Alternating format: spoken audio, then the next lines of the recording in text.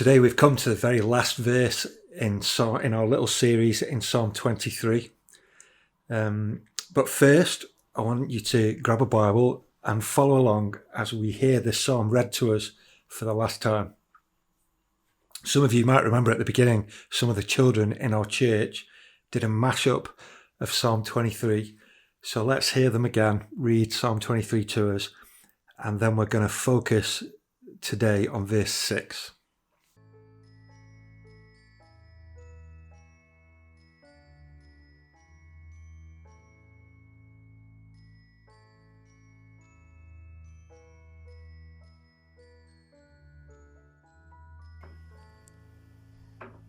Psalm 23, a psalm of David.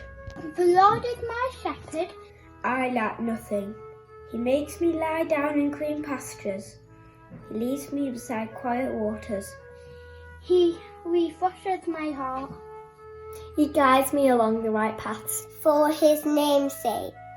Even though I walk through the darkest valley, I will fear no evil, for you are with me. Your rod and your staff, they comfort me.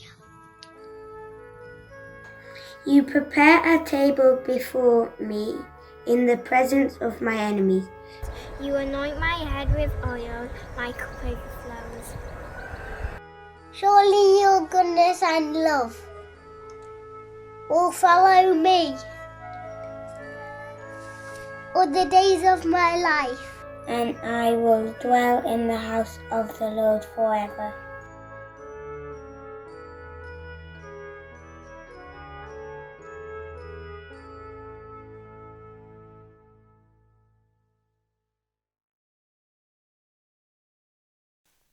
Okay, as we think about verse 6 here, I want to begin today with a simple question. What are your expectations for the future? Personality obviously plays into this, and sometimes we talk, don't we, about other people being glass half full or glass half empty.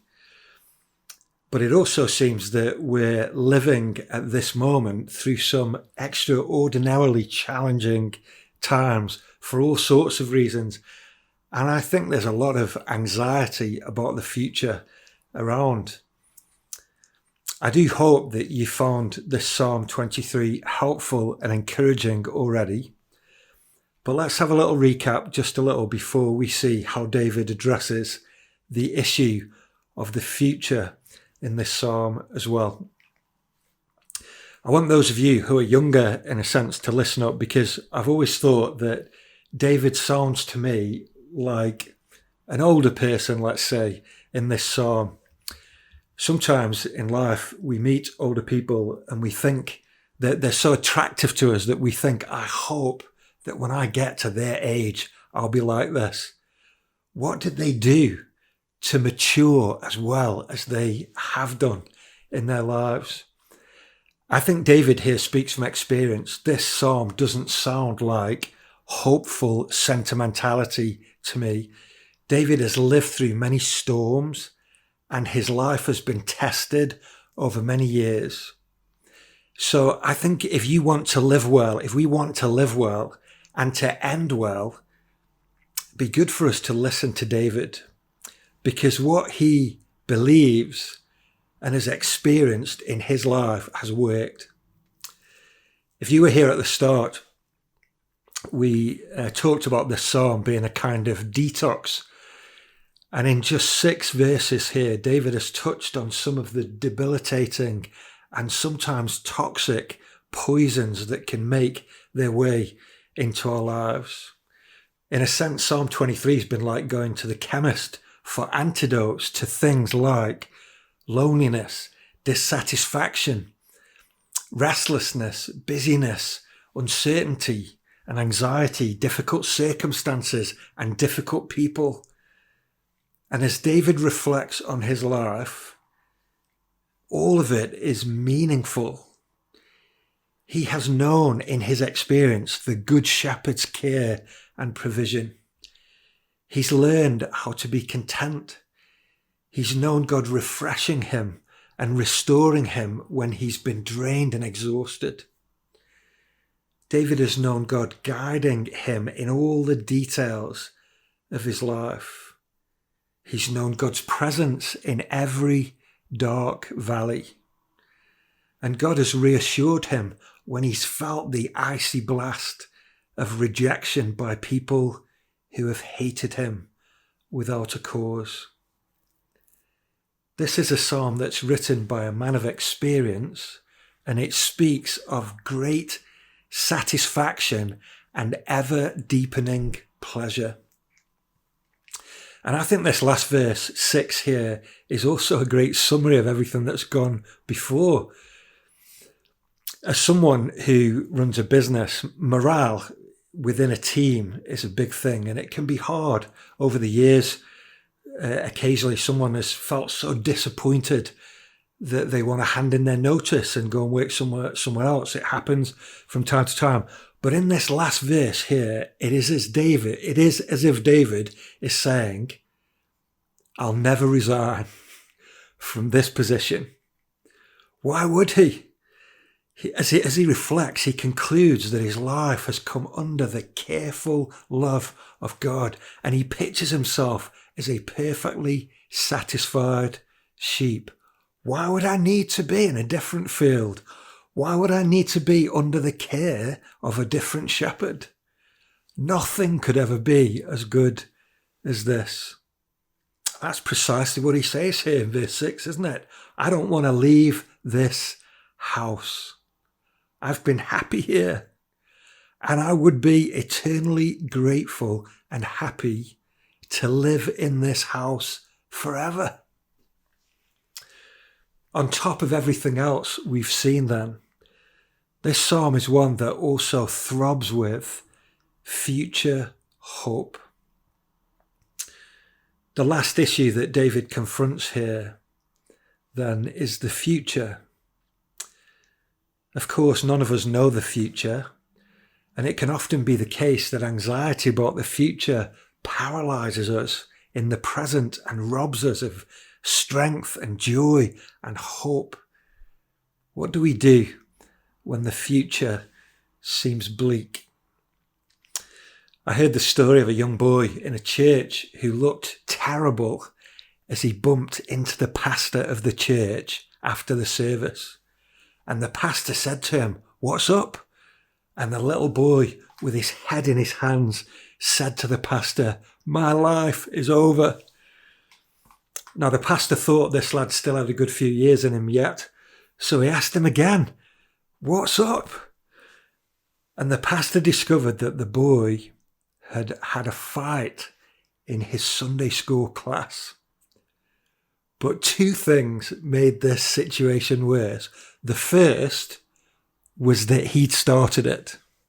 And the second was that his dad didn't yet know what he'd done.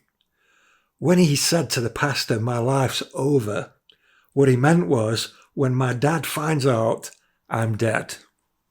I have nothing to look forward to except being on the receiving end of my dad's anger.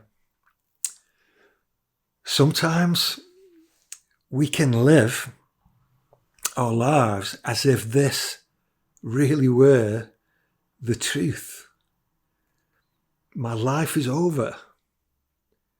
There's no hope of anything good happening to me now. Reminds me of Eeyore in Winnie the Pooh. If you're familiar with the Winnie the Pooh stories, there are a whole group of characters, and they all seem to reflect different human personality types.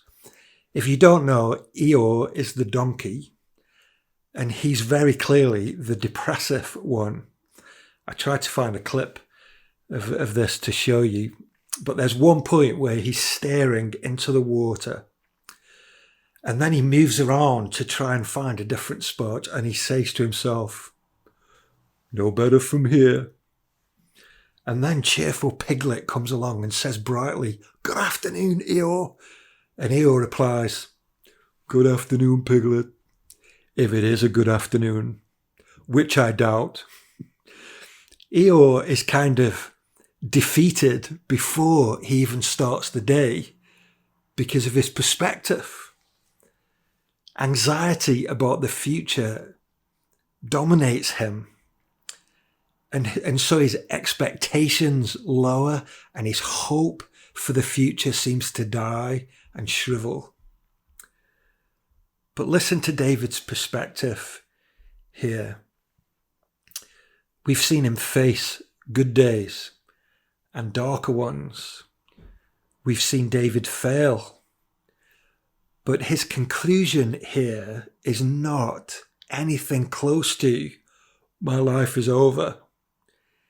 David here has found a great antidote to fear of the future, a great medicine, a great truth to get hold of that shapes his attitude and seems to fill him with a confident hope.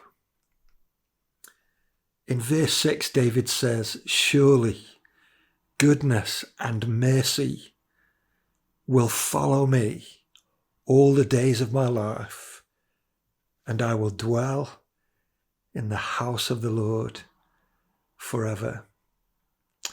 I just want to highlight 3 simple things from this last verse that are a kind of antidote to fear of the future. First of all, I want you to see that David remembers what God has done in the past, and it inspires his hope for the future. So first of all, let's not skip over the little word here at the beginning of verse 6, surely. David has spent a lot of time in this psalm, as we've seen, looking back over his life. And as he remembers how God has led him, cared for him, guided him, how God has been with him in the past, his hope for the future is awakened. As he looks back and then looks forward, he says, surely what he's doing here is drawing conclusions from God's past dealings with him. And so this psalm ends with him basically saying, even though I don't know the future, in the light of how God has been with me in the past, surely the future is safe in his hands too. There are, of course, many things we could point to in a more subjective sense in our own individual lives as believers. But there are also some tremendous things we can all together call to mind more objectively.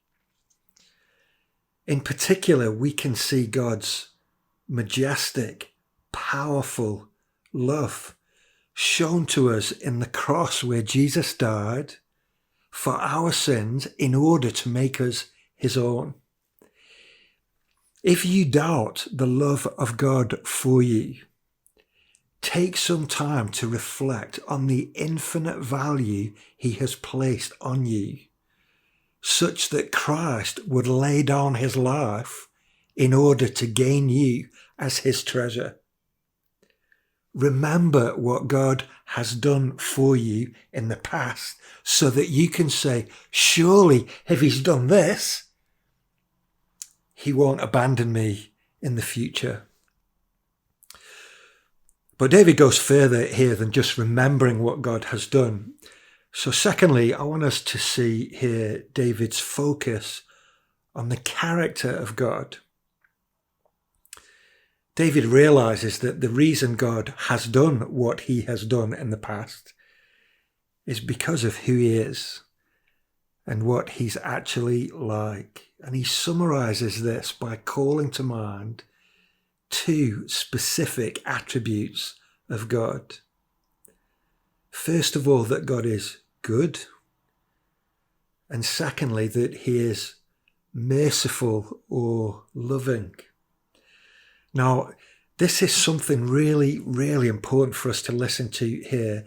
We have to work hard in our lives, not just to make stuff up in our heads about God, or lean into imagining him how we would like him to be. We need to listen to what God himself tells us about himself in his word to us. We need to hear God saying to us, this is what I'm like. That's what we can build on as a foundation in our lives.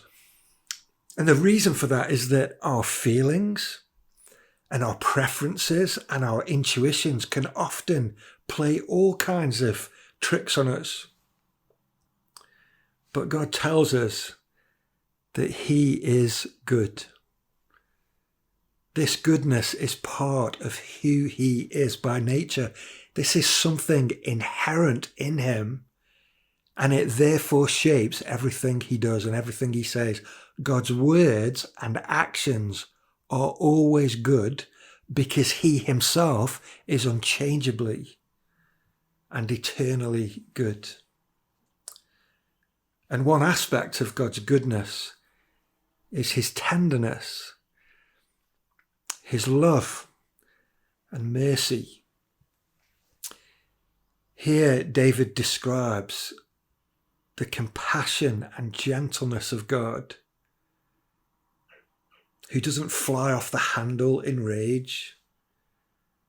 Here's a God who is patient, forgiving, a God who doesn't treat us as we deserve to be treated. But I want you to see something incredibly good and important here that may not be immediately apparent. Our English translation here says, surely goodness and mercy or love will follow me. And I think we could skip over that and think that sounds a bit weak, as if goodness and mercy are somehow ambling along, sort of drifting towards us. If we were like Eeyore in Winnie the Pooh, we might say, surely goodness and mercy will lag behind me all my days. But the Hebrew word that David uses here in Psalm 23 verse 6 is much more active than the word follow. It almost means, it almost always means pursue, and it's apparently most often used in a negative sense to describe someone who is chasing someone else in order to do them harm. So David here is speaking of a much more energetic pursuit or chase, but ironically one that ends in joy rather than hurt or disaster. One author gives a brilliant illustration of this. Imagine you're driving down the M1 motorway and all of a sudden you see a red light flashing in your rear view mirror. And in that moment, for some crazy reason, you make the completely irrational decision to accelerate instead of slow down. I have to tell you, I did this once when I was only 18. I'd not long passed my test and tried to escape from a policeman, and it didn't end well. But anyway, you're committed now and you're roaring down the M1 in the fast lane trying to get away from the police. And as you flee, your sense of guilt starts to rise. And you even sense that all your past mistakes are parading before your eyes as if they'd just been waiting there to make you miserable now. And on top of that, you're remembering that if you get one more ticket, you'll get a ban on your license and your holidays will be cancelled, your job could be gone, and your car simply doesn't have the power to get away. And after this failed attempt to run, the police car finally forces you to pull over. You sit there on the hard shoulder, trembling, as the guy in uniform walks alongside and up to your window and says, with a big smile, "You must have a real guilty conscience there." And then to your astonishment, he reaches into his pocket and pulls out your wallet and says, that restaurant that you just left asked me to catch up with you and bring you your wallet that you'd left on the table. And feeling like a complete fool as you reach out to take it, the policeman goes on to say, oh, one more thing. The restaurant had a draw just after you left, and you've also won a free trip for 2 to Venice if you phone in your acceptance before noon today. Wow. Sometimes our view of God is that he's chasing us in order to give us a piece of his mind, when actually God is pursuing us to lavish his goodness and mercy upon us. Often our difficulties arise when we think about the future because our vision is filled with our problems and difficulties and even with our guilt and shame, rather than being filled with a vision of his goodness and mercy. So when you read this verse in Psalm 23, I want you to hear the urgency and passion of God in this chase. Does it occur to you that God doesn't hate you? He isn't chasing you in order to punish you, but he's pursuing you because he longs to show you and give to you the glory of his love and grace. It's taken David a lifetime to understand this, and his testimony here as an older man is, surely the goodness and love of God will continually pursue me and keep on overtaking me and surprising me. The third thing we can see here in Psalm 23, verse 6, is the idea of turning our hearts towards our future home. David was a king who lived in a palace. But this verse here says something about a much more ultimate destiny. Because of God's rich love towards him, David here looks forward to dwelling in God's house forever. As David reflects on his life, it isn't now so much that he wants the things that God has given him.